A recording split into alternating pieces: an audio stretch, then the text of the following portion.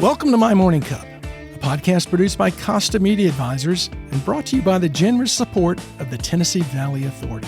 To learn more about TVA's impact on our community, follow TVA on Instagram at TVA and on Twitter X at TVA News.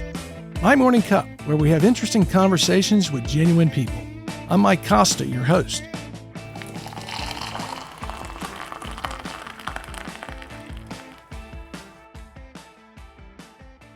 My guest this week is Dr. Claudia Kramer, the Scott L. Probasco Jr. Distinguished Chair of Free Enterprise, as well as a professor of economics at the University of Tennessee at Chattanooga. Dr. Kramer also serves as the director of the Center for Economic Education at UTC. And in addition, she is currently an editor for the Journal of Institutional Economics. Dr. Kramer, before I find out when you have time to sleep, let me ask, what's in your morning cup? My morning cup is drip coffee with half and half. Half and half, no sugar? No sugar. Any particular choice of coffee? Oh, Goodman's. How many do you usually go through? That's a good question. It varies by day, but I'd say on average 2 cups. Oh, that's not bad. Not too bad. You're not too addicted yet. In grad school, it was more like how many pots I went through a day. Oh, I bet. And I'm assuming with as busy as you are, it's full caffeine. Oh, yeah, absolutely. Yeah. Well, good. I'm so glad you're here. And how long you been in Chattanooga now? I came in July of 2020, so an interesting time to move. Yeah. You know, we've talked to a number of people who came here during the pandemic, which I'm sure made it a lot harder, not just to do your job, but to meet people. That was difficult, too. It was very difficult to meet people. Campus, no one was there, no students, no faculty. It was very, very quiet, which is not usually how college campuses are. No, you don't think of quiet in college campuses, at least not around Fraternity Row or Sorority Village, whatever they call them anymore. Well, I know you grew up in West Virginia, huh? And it's Gallipolis Ferry? Well, Gallipolis Ferry is how... Gallipolis Ferry. Yeah, that's how the Appalachians say it, but it is technically French, and Gallipolis would Gallipolis Ferry. Yeah, a little more fancy way of saying it. And where is that? It is on the Ohio River across from Gallipolis, Ohio. And so there used to be a ferry that went across the river. Makes all the sense in the world. Why on the West Virginia side, it was Gallipolis Ferry. But it's somewhat, you can think of it, it's close to Point Pleasant, West Virginia, which is where I ended up going to high school. But probably 40 miles up the Ohio River from Huntington, West Virginia, which is more known. Still not a huge area of the country, but that's where Marshall University is. And kind of in that region where you've got Kentucky, Ohio, and West Virginia all together. And West Virginia is supposed to be just a beautiful state. Absolutely. It's gorgeous. Yeah, and underappreciated for, I guess, because of economically and everything else, that not as many people go there to appreciate it. You know, I think that it's over the last several years, and people are getting more interested in coming to the New River Gorge, and that part of the country, that part of the state, where it's kind of absolutely stunning and beautiful and gorgeous. But I think maybe some of the legacy of coal mining tainted the perception of the state. Now, is New River Gorge where that stunning bridge crosses and you see all the pictures of it? Yes, that's it. Oh, I got to see that. You do. Yeah, although I'm afraid of heights. You'll get through it. I don't know. I have trouble on the Walking Street Bridge. Well, tell us a little bit about growing up in West Virginia. One of the things you put on the notes I asked you for was, it's famous for Mothman. And here's my age. I don't know who Mothman is.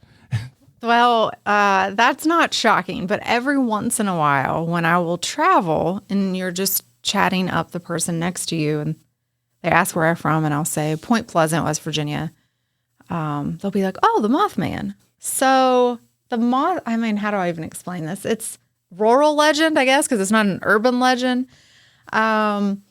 where there were sightings in the 60s of this man creature that apparently had wings and would take on the likings of a moth.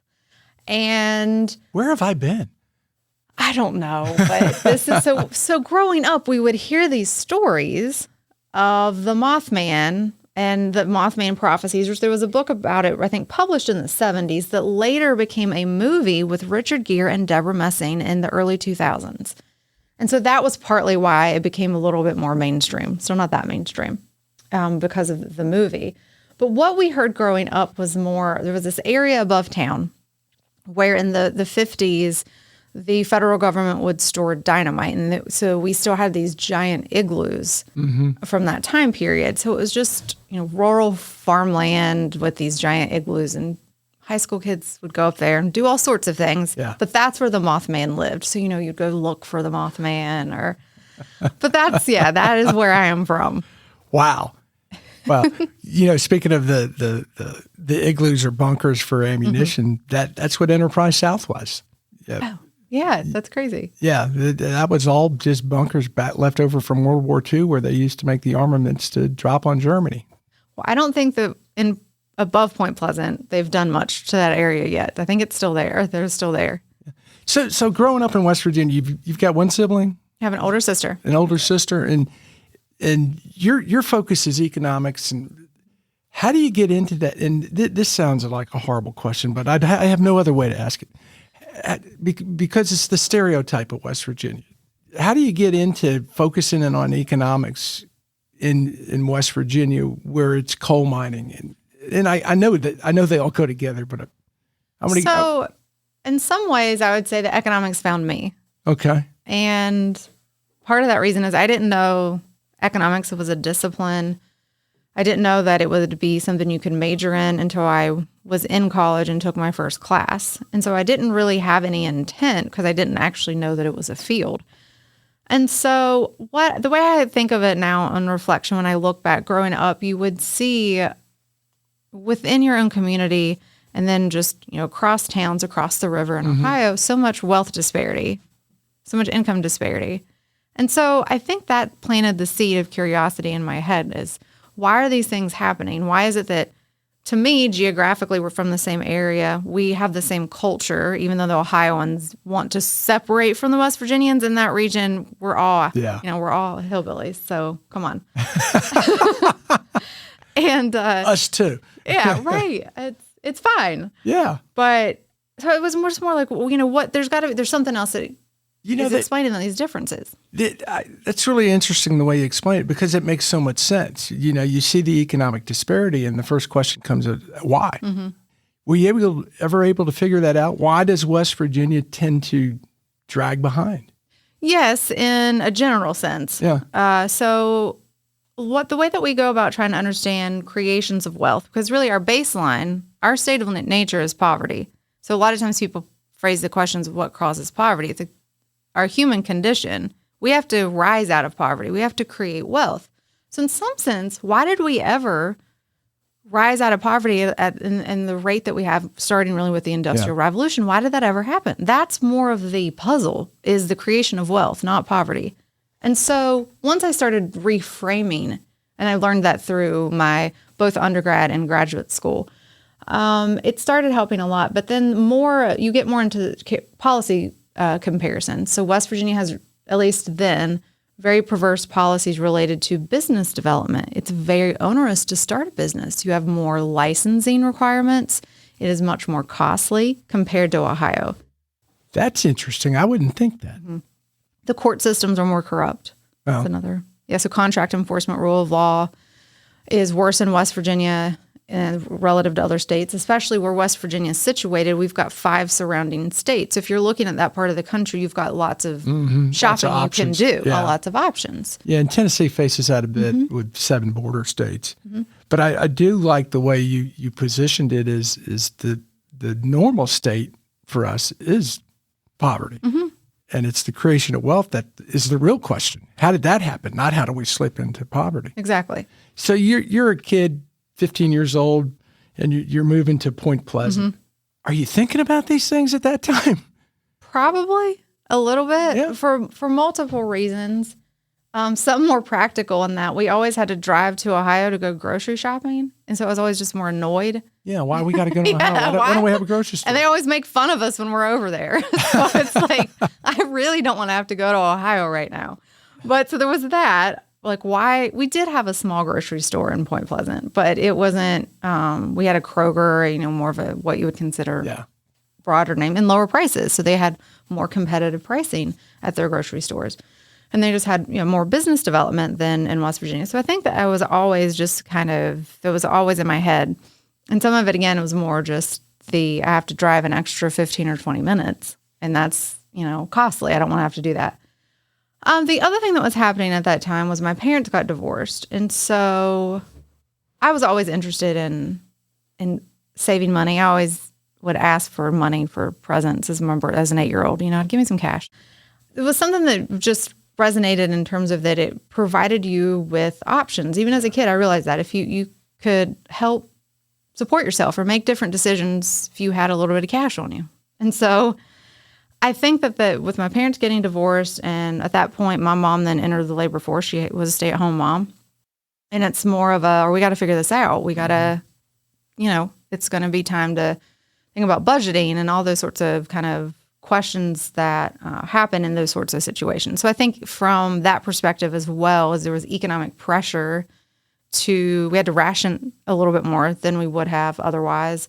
And I viewed it as more of it's a problem that needs solved, and economics is a problem-solving way of thinking. I didn't know that again at the time. And I was drawn to figuring that out, and ended up, that is kind of how we solve problems, is cost-benefit analysis, and you got to choose, how do we make choices?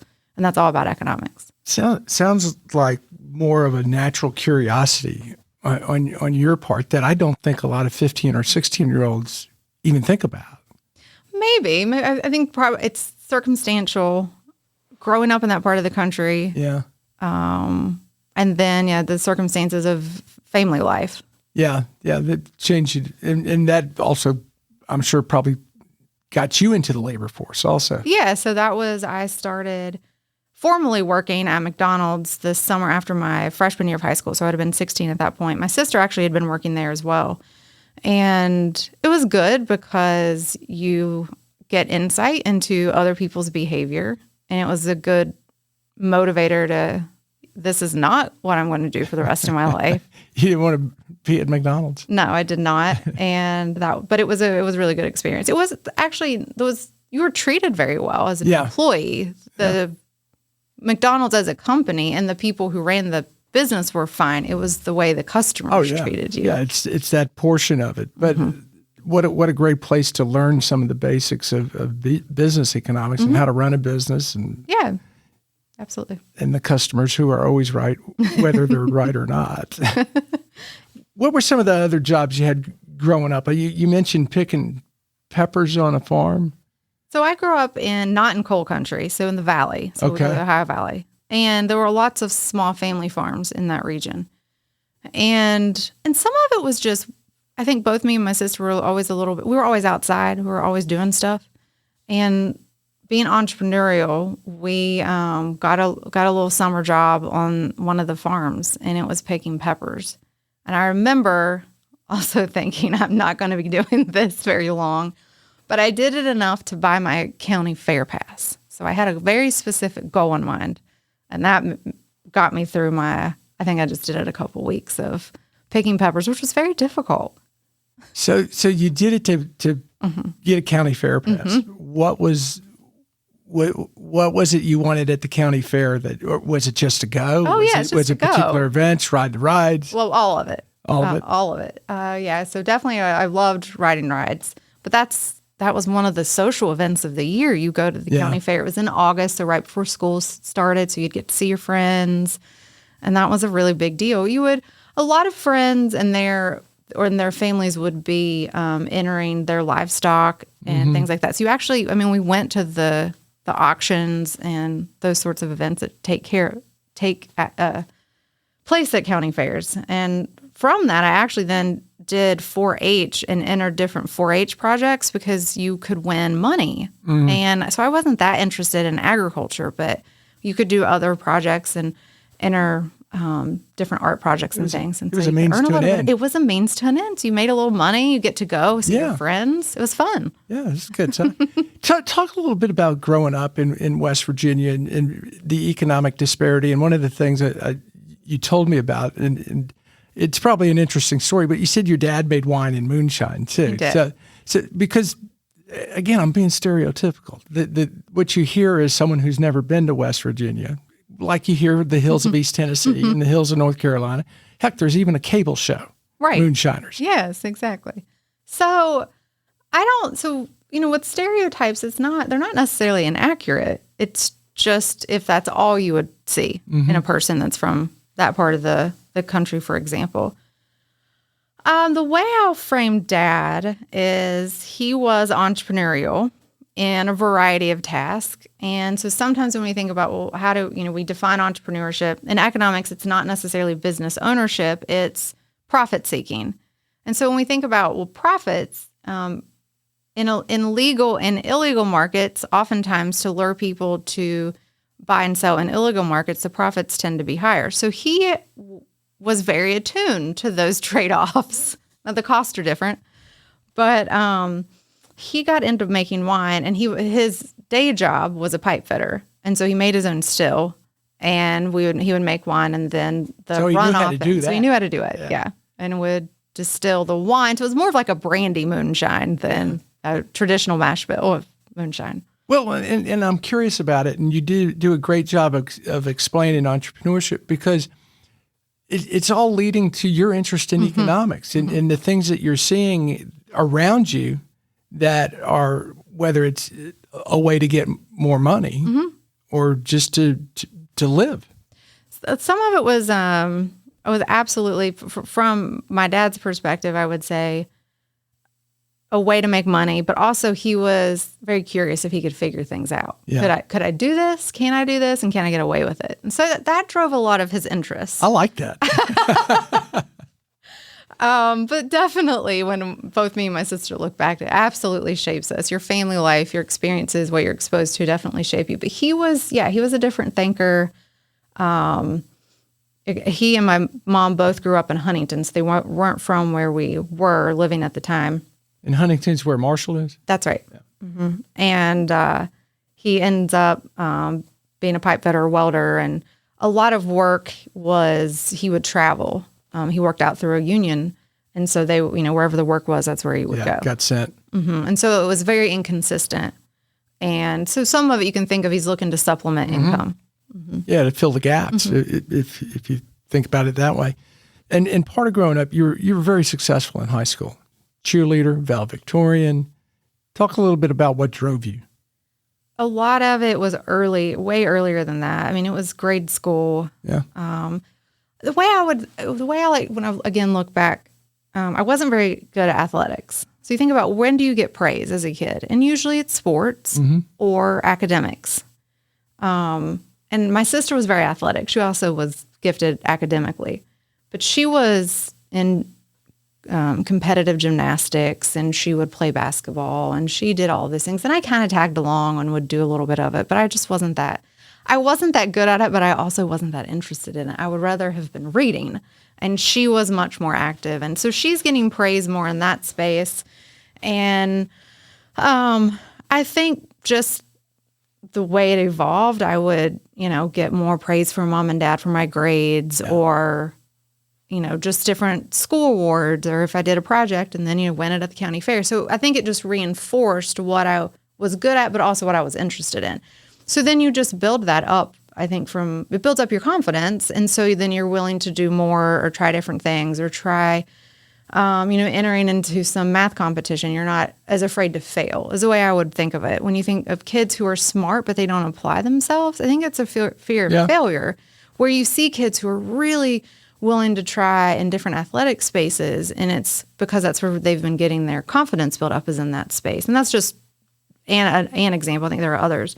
So I think that's probably what happened, is more of, that's where I felt confident and I felt very comfortable with school. Yeah. So what was one of those things that you were afraid to try, but you tried? So cheerleading actually is a good example. Again, I wasn't super athletic or super interested in that, but my sister was, and she made me. She's like, okay. How much older? 3 years. Okay. Yeah. She bossed me around. I have 2 daughters, same age difference. So Yes. And it was good for me. She made me try a lot of different things that I wouldn't have tried. And because I was more introverted and felt comfortable in my space, what I knew I was good at. But doing cheerleading was great because it built friendships. And that's really what it was about. So all through middle school, all through high school, that's your network. Those are your girls. We studied together. You know, it wasn't just about the actual going to a game and cheering. It was much more than that, which was really, really helpful for me. Yeah, you were on a team. Yeah, you were on a team. Yeah. And you felt like you belonged to something. Yeah, that's very important.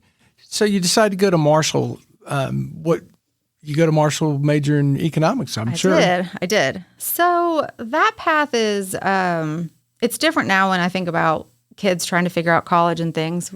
We were just getting the internet. The internet was in the late 90s, but didn't really have that much access. So some of it was just what you knew. And it was 40 to 50 minutes away from growing up. But again, all of my extended family was in Huntington. My grandparents, both sides, lived in Huntington. So we were there all the time. And you're a fan of Marshall University. Mm-hmm. And during that time, Marshall was very successful as a football program. So they moved Randy Moss. That's when Randy Moss was there. And Chad Pennington. And Byron Leftwich, right? So this is the heyday. Really. Those were great years. Great years for Marshall football. So this was my, in the 90s, so middle school, high school. I graduated high school in 2000. And so that was just a great time to be a Marshall fan. And then think that athletics does drive people's interest in schools. But also, I didn't feel like I was leaving my mom, which was hard. But I was going to my grandparents. My sister was there. My sister went to college at Marshall. So it wasn't that difficult then to leave home because I had family right there. Yeah. And you mentioned that sports drive so much. And before we get done, I do want to talk a bit about the economics of sports because I know you just did a seminar on that. But before we get there, so you go to Marshall, you get your bachelor's of science in economics. And what's the next step? So at that point, even before then, in high school, I sat down with my best friend, who was also a cheerleader. She was also a softball pitcher. And we mapped out our freshman year, the courses and what we would need to take in order to be co-valedictorians. So very driven. Really? Yes. Kind of ridiculous. What, your senior year, you're supposed to have fun. No, we did that our freshman year. You did this? We figured out what we needed to do to be co-valedictorians, and that's what we did. So again, by the time... It's not often I'm speechless. I'm just trying to identify it. She's a very successful plastic surgeon in Greenville, South Carolina. Oh, wow. Yeah. So tell me what that looks like. You guys are what, 13, 14? We're 14. You said, what do you want to do? Well, you know what I'd like to do? I'd like to map out what we're going to do the next 4 years. I can tell more of I knew I had to go to college. Yeah. That was my way out. And mom was you do your homework, you get up every day, breakfast is on the table, lunch is on the table, dinner's on the table. She picks you up from school. If you're sick, she takes care of you. She was the glue. But Dad was the one who was like, get out of here. Go do something. You're better than this. So both me and my sister were first-generation college students. So no one on either side of the family had gone to college. Even though there was a college, they were in Huntington. Marshall was right there. And so that was just constantly put on us. You're going to college, figure out, what your interests are, but that's your path. I think he had a chip on his shoulder because that wasn't his path. He's a blue-collar worker. He hated that. And so I think there was some cultural bias that he was trying to get us out of. But that was just there. I don't know why, but we bought into it. We believed it. We're like, okay, that's what we're going to do. So that was part of my reasoning as a 14-year-old of like, I need scholarships. There's no money. I need to figure out how to pay for college. Scholarships. How can I get scholarships? Well, if I'm valedictorian, I'm probably going to have more options than not.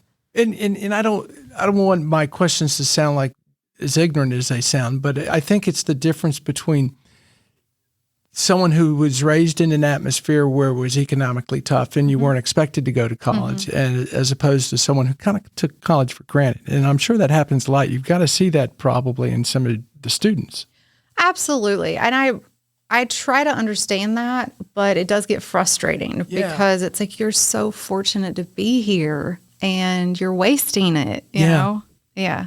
But I think there's a lot of incentives, perverse incentives, to get kids in college that aren't ready nowadays, that they don't understand the value that it can have for them, and they need a different path maybe before actually getting into college or going. We're kind of working through that as a society right now with the renewed interest in VOTEC and skill trades. training and everything like that. And it's great to see, because you're right. As I was growing up, it was, regardless if you were good academically or liked school, oh, you got to go to college. And people would go just to get a degree in whatever. And now not necessarily be happy. Yeah. And now it's not really making them necessarily happy either. They're still struggling to figure out who they are and what they want. Right. And so for me, that was very different. That's why I started by saying I felt like economics found me or chose me. I end up in a career that I didn't know was a career, that I didn't know that I didn't have necessarily that in mind. Whereas it seems almost like kids are more focused on what's my job, but then they're not happy with it. And it's like you actually open up and figure out what you're good at and what you like doing. And then you can kind of navigate that process. And I ended up, so I start Marshall. I knew I thought I was going to law school. But I knew there was more schooling after my bachelor's degree. And so I thought, out of all the things I was interested in, probably business. Again, I think a little bit of some of the stuff we were talking about earlier, that just entrepreneurial mindset, seeing Dad make different choices. Some choices I wish he hadn't made, but still, right? He's like, he's being entrepreneurial in that sense. And so I thought, okay, I'll start taking classes in the College of Business. And my second semester of my freshman year, I took my first econ class. It was Principles of Micro. And I didn't really like the professor, because usually that's what people think. Like, oh, you must have liked, and I'm like, no, it's kind of boring, which a lot of econ professors are. And I loved the subject. And I was like, wait a minute, this is a discipline? Like, this is something I can study? And I already think this way. So that's one of the things I loved about it was it was not telling me how to think about the world. It was explaining human behavior in a way that is intuitive and we already think and process.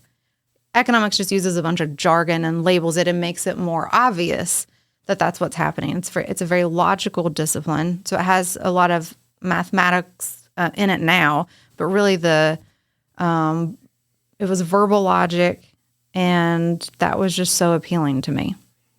You've made it interesting for me, because I remember my freshman year at Tennessee, I had to take the econ class, and every freshman had to take this class. And the professor was a guy named Dr. Andy Spivey, or Spiva.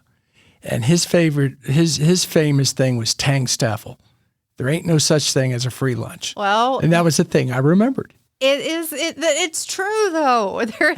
There's trade-offs everywhere. Every decision we're making a trade-off. And so oftentimes where we are still shouting that is in policy or with politics. So economics isn't politics, but we can use economics to explain politics.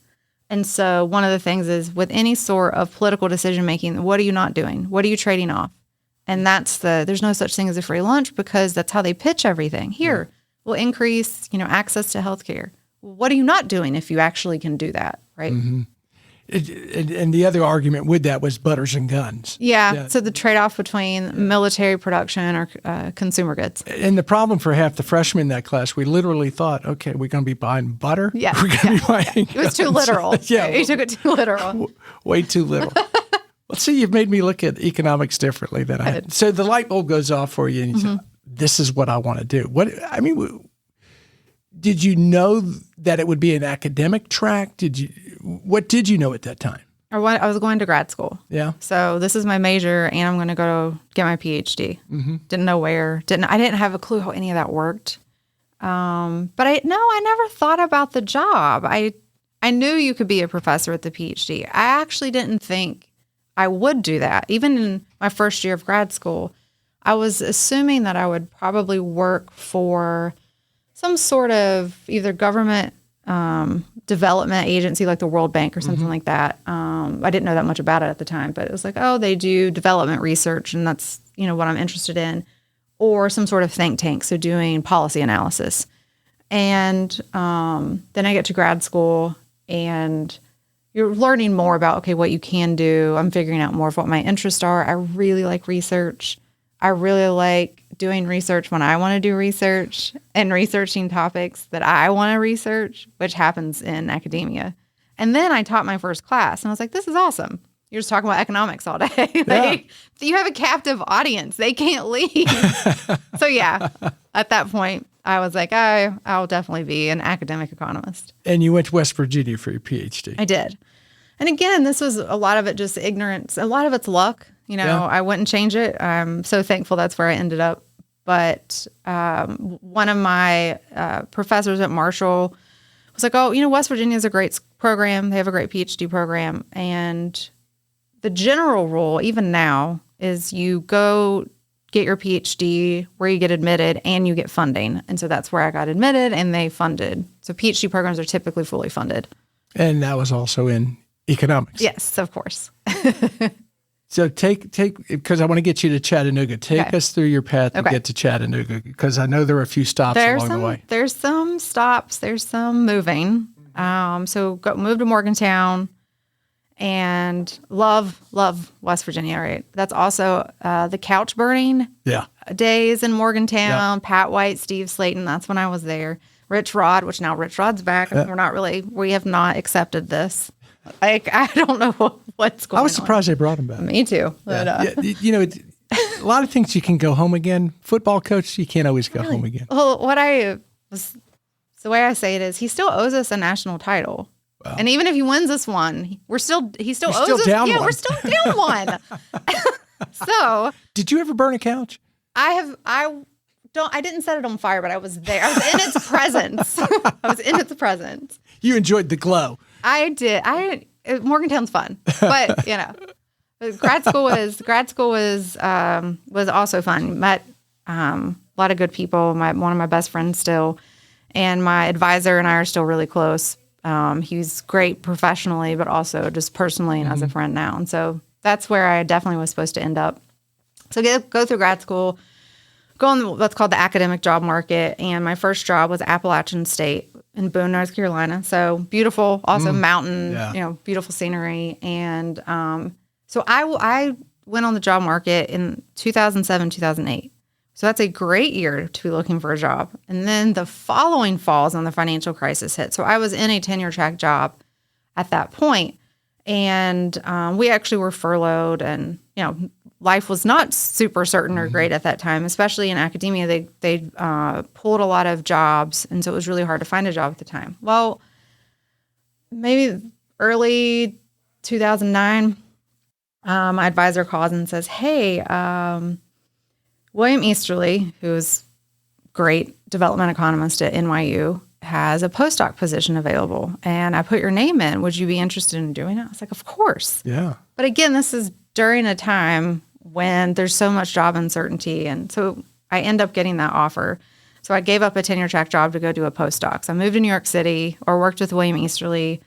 A lot of his work, why he's famous, is he worked for the World Bank for about 20 some years in the beginning of his career. And then he writes a book called The Elusive Quest for Growth. A lot of it's just growth theory. But in it, he shows how foreign aid doesn't work. Right? He's working for the World Bank. He's like, look, we've done these programs, sets up a lot of perverse incentives, a lot of waste, a lot of corruption, a lot of fraud. But at the same time, we don't know how to solve these problems. And if we would just give people freedom or property rights, the ability to own a business, open a business, they're going to solve their own problems. Well, he gets fired for that. But NYU hires him. And so then he's written several more books in that space. And so that's what my early research was also on foreign aid and how it's ineffective or actually harmful in a lot of cases. And so I worked with him for 3 years there, and then I got a job at Mississippi State. Let me go back to the foreign aid question, since that's kind of in the news right now. Yeah. So with what's happening with USAID, and I understand why it could be seen as probably is harmful, because we're just throwing money at the problem. Would that be the easiest way to explain it? That rather than really fixing the problem, we're feeling better by throwing money at the problem? I would say that yes.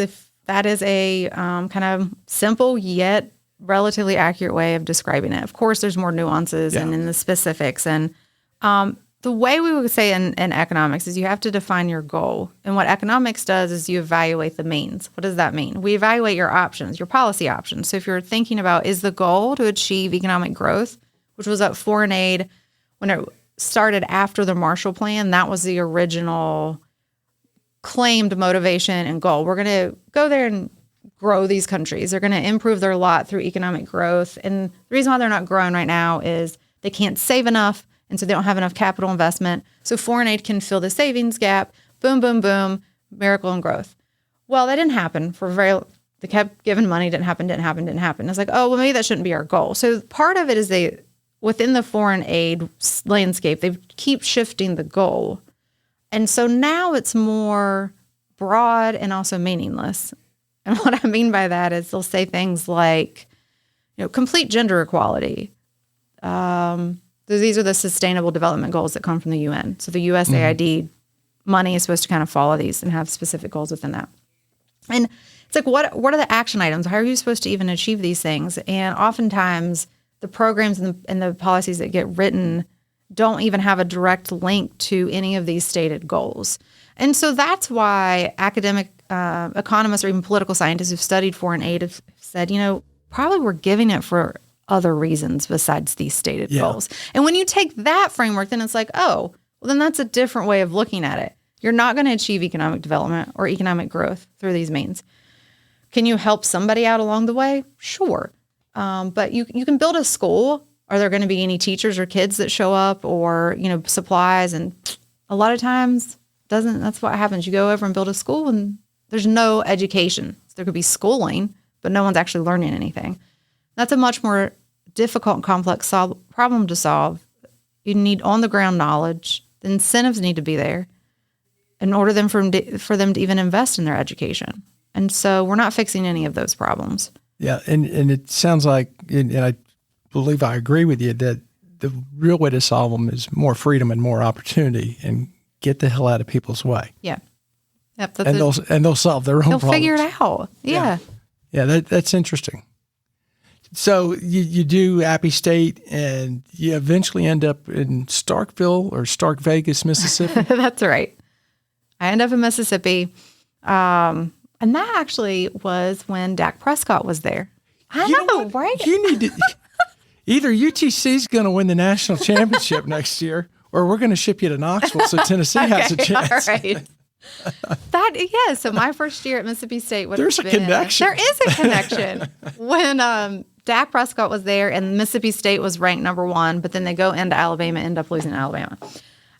So it was great. Yeah. Fun SEC school, football, basketball, baseball. And so it was just, again, a great environment. It was a great place to work. Really had a productive time there because I like to say there wasn't a lot else to do besides work. Yeah. I liked my work, so that's what I did. They got an Applebee's. Yeah, exactly. That's true. That's very accurate. And so I really wasn't looking to move. I'd been there 8 years.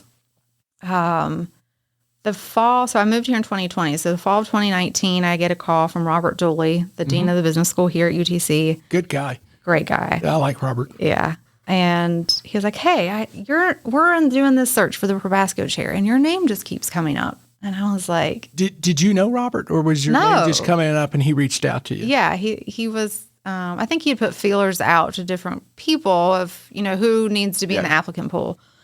And so I was like, really? I was a little bit surprised by that. And I was like, okay. But I didn't apply right away. So I think he called back. And he was like, the application deadline's coming. I really think you should apply. We're a great school. So we actually got more into his vision of where he thought the chair could be positioned within the College of Business. And it really got me interested. And so I applied. And what's interesting about it, though, we applied, and the first round of interviews were always set to be on Zoom. So some of that's just, you interview, say, 20 people and you're going to cut it down. And so that was over Zoom in, I think, January. And then they do a second round, and that's typically when they bring you to campus. Well, that was set for like the second week of March. But of course, then COVID. So everything shuts down. Yeah. So we do all of the interviews again over Zoom. And that's where you're meeting more one-on-one with faculty and more with the provost and the chancellor and community members. So it was a little bit awkward to get a sense of the job. But every person I talked to, in my experience, my just reaction was, I want this job. Like, it went from not really that interested to getting interested. And then by the end, I was hooked. I really wanted to get the offer. And so I did. But again, what was interesting about it is I had never been to Chattanooga. And so I accepted an offer to move somewhere I'd never been to. So you'd made no visit before you said yes.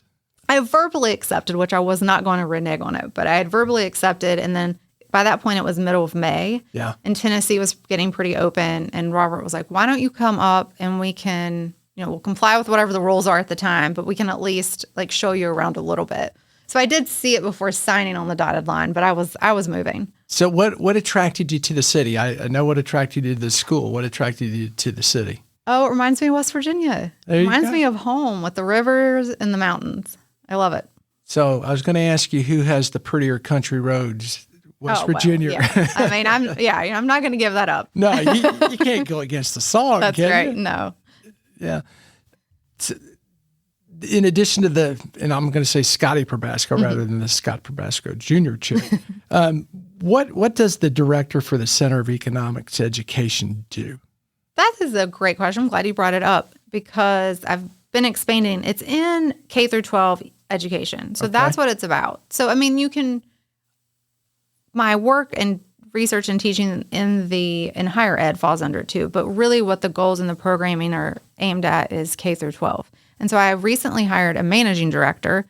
Her name is Kim Holder to design more programming in the K through 12 space. Is that going to Hamilton County schools, all schools in the area, or? So goal will be statewide and then maybe even region-wide. So she was running a similar program and center at West Georgia. And so she has contacts in that part of the state. And so you can see it as being something that's really easily to kind of transfer the type of programming across state lines, depending on what the curriculum standards are.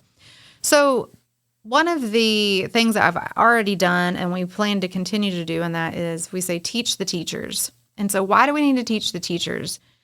Well, in Tennessee, the economics curriculum, the standards by the state of Tennessee to graduate high school, they have different economic standards, but they don't have to take an actual econ class. So what tends to happen is supply and demand or the benefits of trade tend to get shoved in a history class or a civics class, if they even have civics, or just some other class to check mark that, okay, they've been taught this concept.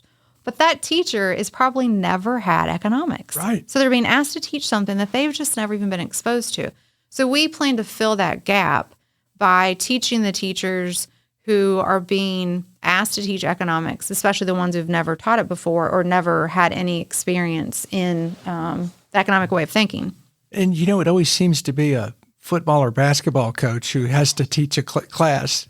I mean, yes, I remember back in my high school, it was a private all-boys high school, but good old Coach Carey taught business law maybe, or some economic theory, and you're like, and he didn't know. Right, exactly. So we want to fix that and just really better equip teachers, again, feel comfortable to talk about this material. And it can be taught in a fun way. So that's where a lot of college education has fallen off, and education or the economics education is a little bit more boring and dry, but you can teach it in a very fun way. Well, what I find interesting is that the disconnect I had between your interest in economics in high school and my interest in high school and college, I think is very similar to today. If you can find someone that can make it not just interesting, but real and practical, as opposed to glossing over, wow, the Smoot-Hawley tariffs were not a good thing. Yeah. Right. You've got to figure out a way to put it in the words they use, which is difficult for me now. Like I don't understand a lot of their behavior at the moment, but that's where we're right. We just got to keep adapting. Yep. But some of it's easier now because of things that are happening constantly in the news cycle. So you can be like, oh, remember we talked about the benefits of trade. This is directly how it applies to policies that are coming down the pipeline, and we can talk more about a real issue. So that is helpful. Same thing with COVID. It gave a lot of teaching moments. Yeah. And I want to get to this before we run out of time, so I got a couple more things for you. I know you do some events, economic basis, on a quarterly basis. Is it quarterly? So we just think of the semester calendar. So we usually do 1 or 2 a semester. And the most recent one you did was, and I wish I could have attended, but I was out of town. Had to be a lot of interest in that about sports and NIL, and talk a little bit about that, because you had Randy Boyd come down. Yeah. We were very lucky that he agreed to come. Yeah. We're very fortunate, given his unique position of being the president of the UT system. So he's just in the middle of all of college sports right now. And then he's an owner of 5 minor league baseball teams. I didn't know he had 5. Yes. Wow. It's fascinating. And so we got a lot of personal insight from him. But the idea behind the event, one of my students, who's now an econ major, he was originally a sports management major, but he was always interested in economics. So this was over a year ago. He came to me and was talking about just different sports econ questions. And I was like, that's not really my area, but I should bring someone to campus. I should bring a sports economist to campus that you can talk to, and we can do an event. Well, the event ends up kind of blowing up, which was good, which was great. That's ideal. Like, I can't believe how many people were interested. Because we were teaching them economics, even though they thought they were just listening about sports. Yeah. Isn't that fun? We snuck it in there, yeah. So that's the idea behind it. And so we plan this event, and we get a sports economist by the name of Brad Humphreys. He's actually a professor at West Virginia now. He wasn't when I was there. And then Randy Boyd, and then Jay Greason of the Times Free Press was the moderator and participant. So it was really, I think, a great blend of their background. Brad's done a lot of research on public funding of stadiums, more with professional sports. Yeah. And it usually ends up being a really bad deal for taxpayers. That's kind of the punchline. Because Randy Boyd didn't go public funding in Knoxville, did he? Did get some. So he walked us through that's the right. deal. He got state money. Yeah. So he walked us through. If I remember the number correctly, he said he put $20 million of his own money up, and that somehow structured that if it's not successful, he won't get paid any of that back. So it was, and Brad seemed impressed by it. I was like, okay, that's much better than the typical structuring of public support for financing stadiums and things like that. Which particularly you see in the NFL or Major League Baseball, where they just hold the municipality hostage. I know that. And so one thing that Brad mentioned then was how he thinks the Titans is probably the worst deal he's seen from the taxpayer's perspective. And I don't know much about economics or that deal, but I'd agree with him. Right. You start looking at the price tag. It's crazy. Yeah, it is. But so we talked about that portion of it. We did NIL, and everybody's in agreement that something's got to change, something's got to give. But where we end up is going to look a lot different than where we are now, but just nobody knows where we're going to end up. Well, and we were talking earlier before we started the podcast about NIL and how it's really just been doing what they've done for years, but now it's done out in the light of the day. But there's still no structure to it. So it's kind of wild, wild west. It is, yes. It doesn't seem to be much structure. I think with the new court ruling and how they're ever trying to figure out revenue sharing, and then are athletes going to become employees of the university, that's going to open up, that's going to force structure in some way. Now, they were hypothesizing as to what they think it could look like, but nobody knows. Was there a takeaway from it of whether it's good or bad for sports? Not directly. I don't think Jay necessarily likes it. Yeah. But from both Brad, the sports economist, and Randy Boyd, it was more of athletes deserve to get compensated. The NCAA and the colleges and universities have been benefiting off of them for years, and that is how we've been able to make money. So they absolutely deserve, especially when it is their name, image, or likeness, and they deserve compensation for that. How the compensation is structured, how is it regulated, is it capped? Then we get into issues related to it. We're in a lot of ways only talking about the major sports and typically men's sports. So is there some sort of argument in terms of compensating sports teams that tend to not have much attention or, from ticket sales or much revenue, right? And so But Title IX comes into that, doesn't it? Yeah, but Title IX interpretation, I think, is changing. Yeah. So it's very interesting times. Yeah, and we've got more ahead of us too. Yeah.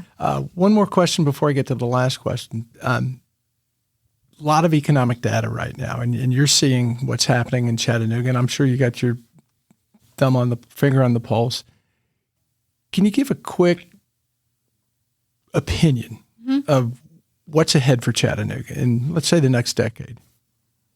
So I will say this. We have a regional economist that recently came to UTC. So this is exactly what he does. So part of my, any information I have comes from his research. So it's called the Center for Regional Economic Research, Dr. Howard Wall. So he's a great economist to look to for these sorts of things. But from the data I've seen from him and talking with other people, Chattanooga seems to be better situated in terms of comparison to national averages for most of the economic indicators. And so if we do enter into some sort of recession, it seems like we would be less hit. There's been one signal of the viability and the value of an area like Chattanooga is that people want to move here. And that's, again, what we saw, like you were saying, during COVID. We saw so many people moving in here, Chattanooga, Tennessee, Florida, Texas, and out of California, New York, Chicago, those sorts of places. And so part of that is back to what Hal was kind of explaining why West Virginia lags behind in other states. We have, on average, in Tennessee and in Chattanooga, better business-friendly policies. There's no income tax, so that's a huge component, but also just how easy it is for you to start and operate your business, whatever that looks like for you. And in general, it's easier to do things like that in Tennessee and in Chattanooga than in other states. And so that alone is going to help any sort of bounce back if we end up in some sort of dip.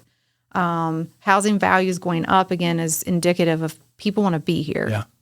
So it's not just the economic circumstances that are in our advantage in terms of being a no-income tax state and the business advantages, but it's just darn pretty. It's gorgeous. It is gorgeous. So that makes people want to be here. And then once they get here, they want to stay, which is very beneficial. But why that's important from an entrepreneur and innovation perspective is I don't know what the top industry is going to be in 10 years because somebody's going to figure out something new and that it's great to start that business here or relocate their business here. Well, look at 10 years ago, the Forbes 500 or the Dow Jones. It's always changing. Yeah, it's fruit basket turnover. Before I do get to my last question, I need to remind our listeners who makes all of this possible. And it's thank you to the Tennessee Valley Authority for sponsoring my morning cup. Follow TVA on social media to learn more about its multifaceted mission of service and visit TVA.com/do good here to explore exciting TVA career opportunities. All right, this is my standard last question, but you know what? I'm going to adjust it a little bit for you because I generally ask, what would you tell your 25-year-old self? But I think you were pretty mature at 15. So I'm going to go back and say, what would you tell your 15-year-old self is important for a happy life? Well, I would tell my 15-year-old self that you're going to be okay.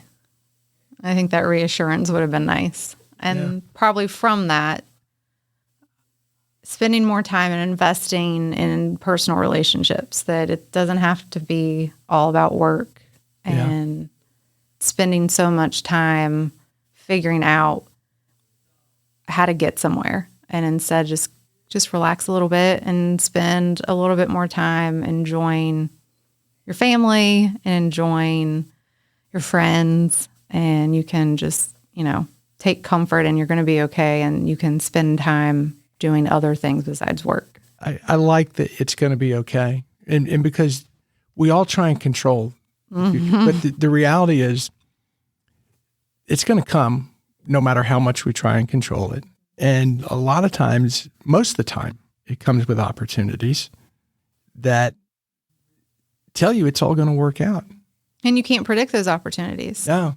Yeah, I've got a favorite John Lennon quote.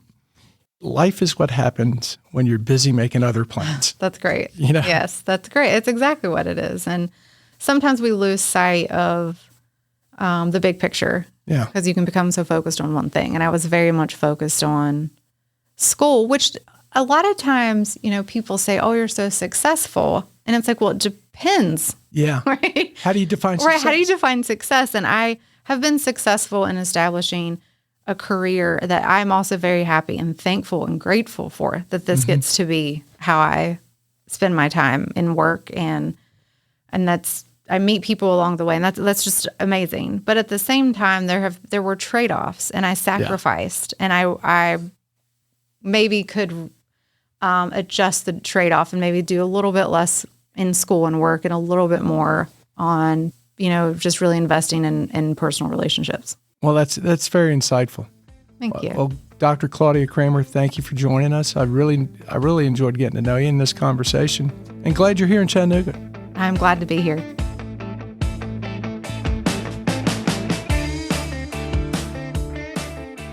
Thanks for listening to My Morning Cup, a podcast by Constant Media Advisors. If you liked this episode, please share it with a friend.